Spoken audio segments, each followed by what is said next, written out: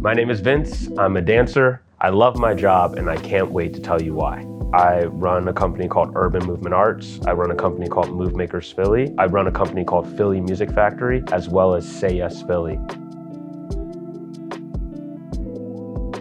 We focus on a number of different dance forms, martial arts, parkour, acrobatics. We are very closely tied to Black American vernacular dance, which is another way of describing hip hop or popular dance. There's a variety of different subgenres of that, from house dance to locking. In my early years, I had a lot of energy when thinking about action films and martial arts films. It was always fascinating to me how someone could fly through the air or do something that was otherwise seemingly impossible. At a very early age, I went in quest of these abilities. In my elementary school years, seeking knowledge and information and community where I saw other people defying gravity, so to speak, jumping, rolling, flipping, anything like that was fascinating to me. Being at recess and other kids are playing their ball sport, but me trying to perfect this flip, in the grass. I went to William Penn Charter High School, which is in Philadelphia, Pennsylvania. High school for me was all about socializing, self-discovery, working.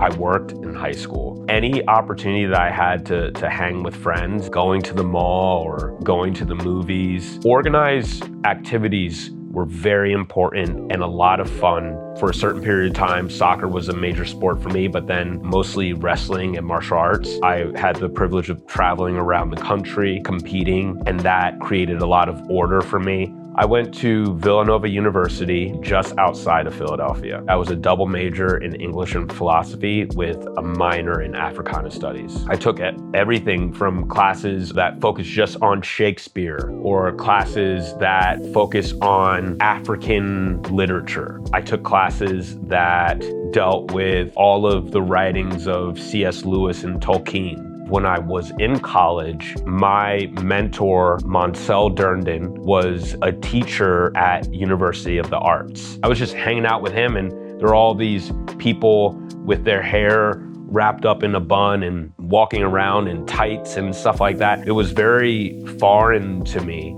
During this period, I got exposure to people who were doing dance more so from a compositional lens. Instead of thinking about dance as entertainment, they were approaching their dance more from a literary standpoint.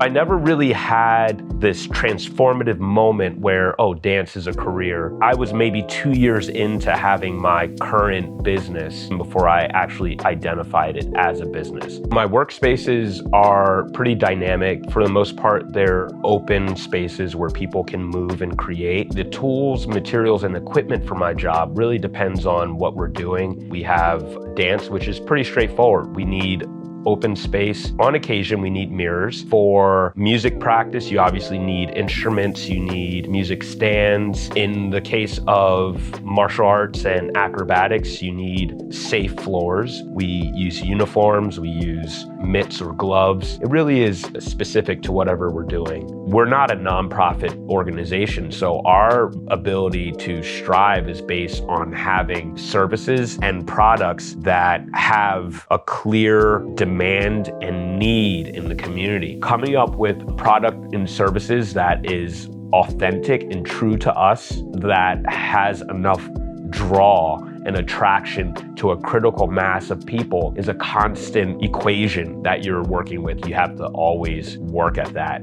It's not immediate. It's not just that you build it and they will come. You have to build it and then you have to keep on rebuilding it and refining it.